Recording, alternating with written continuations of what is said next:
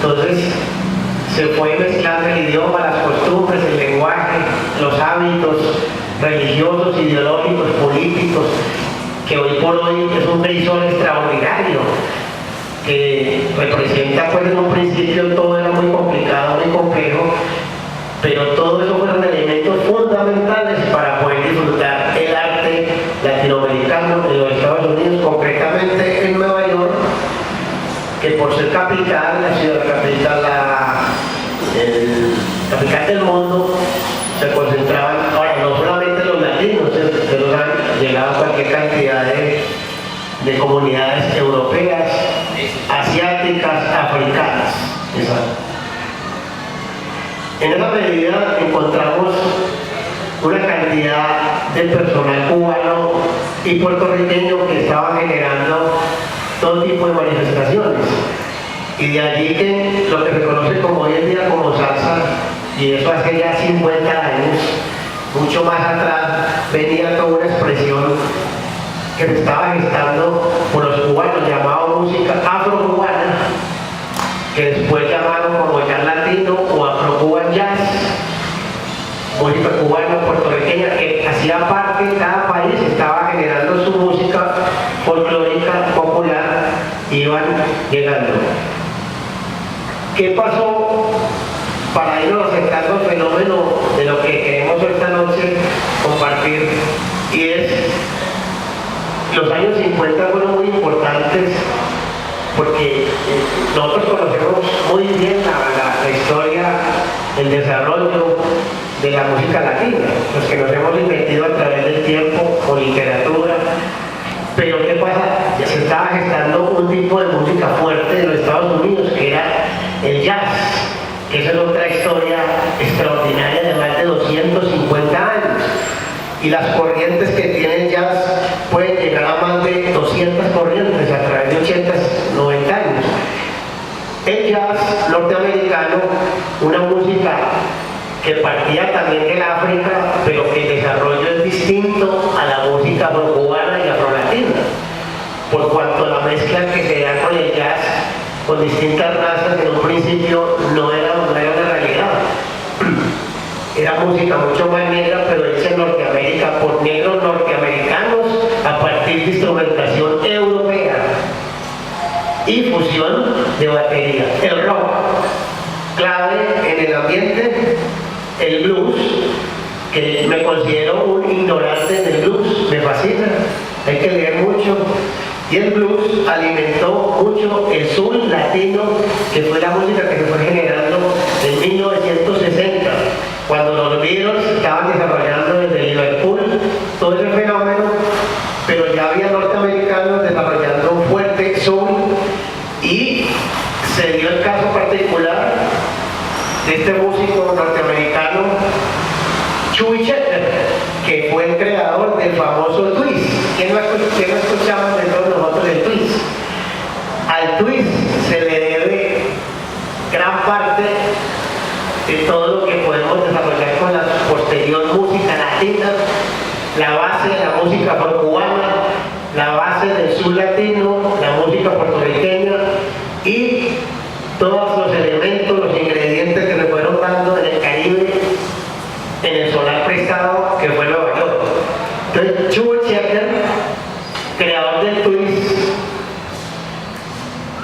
tuvo una mezcla muy importante con los músicos cubanos y boricuas, gente preparada tanto en la percusión, en la melodía, en el piano y en la música del bajo, y empezó a desarrollar un golpecito que llamaban, que fue conocido como el bugalú. El bugalú, a partir del bugalú es donde se va a dar todo este fenómeno que se conoce como salsa bandida. Y es bueno aprovechar el momento. Yo no lo digo yo, lo dicen estudios. Cuando nosotros empezamos a investigar la música, las lecturas y todo, solo había libros cubanos y puertorriqueños, no había nada de música latina porque no se había estudiado, pero el fenómeno no había llegado siquiera a las grandes capitales del Caribe, colombiano, del Pacífico, del Perú, de Venezuela, Panamá, Centroamérica. No había nada. En 1980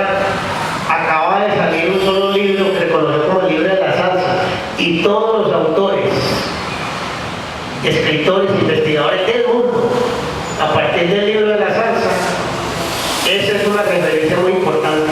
Ahora, que el libro esté lleno de imprecisiones, de errores, uno no puede entrar. Es un primer libro que permitió una aproximación a la comprensión, al entendimiento de lo que es la salsa en Nueva York, escrita por un venezolano. Pero no me quiero desviar. Entonces, Boogaloo inundó el mercado y el twist en los años 60. Todos estos músicos latinos, puertorriqueños, nacidos de origen, siempre escucharon mucho jazz y comenzaron a tocar en los nightclubs, en estos sitios de la capital del norte. En esa medida, esa función, esas características, más la preparación de cada artista, eso pasa como en el deporte. En la música han llegado una cantidad y calidad de músicos, pero mucha gente nunca llegó, porque no estaban preparados. Nueva York, siempre, cuando hablamos una vez en la Universidad Nacional, que tuvimos la oportunidad de hablar de Rubén Blades, hago este paralelo para que se comprenda.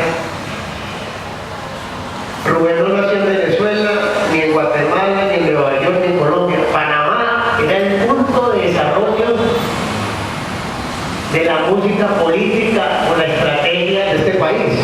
¿Qué pasó? La capital de la salsa y el desarrollo de la salsa iba a ser Nueva York, porque estaba para todo. Los ingredientes, todos los fenómenos se estaban dando allí. Y en esa medida, los músicos preparados, como fue el gran Ricardo Rey, que los ocupa hoy, escuchó a los grandes jazzistas, un Eddie Palmieri. Estos músicos venían de su origen, pero en esa vez también lograron escuchar muy buena música. Por eso yo en este momento me atrevo a hablar de ustedes y a través de 30 años he hablado en diferentes partes, porque como dicen en Cartagena, hemos comido mucha música. Entonces ya uno diferencia y por el lado que uno se pueda entrar, canalizar ideas. Entonces vamos a escuchar un primer tema que era Ricardo Rey Bobby Cruz. Ahorita vamos a los orígenes de ellos, la preparación y la entrada de Bobby Cruz, pero para ir ambientando, el tema se llama Cencerro Chingalí. El Chingalí era otra variante que se estaba dando en Boogaloo, año 61. Estamos hablando de 54 años, casi 53 años. El cencerro en Cuba es la campana, que es otra historia bien bonita. En la música latina el cencerro es fundamental, es la campana. El buen bococero mete mano con la campana, con el cencerro. Esta orquesta de Ricardo Rey fue organizada en el año 64, la primera orquesta. Entiéndase que era orquesta a pesar de que el formato era de conjunto, que ahorita vamos a ir hablando del tema. Entonces vamos a escuchar Cencerro de Chingalí, piano, bajo, percusión completa, voces y con mucha influencia norteamericana.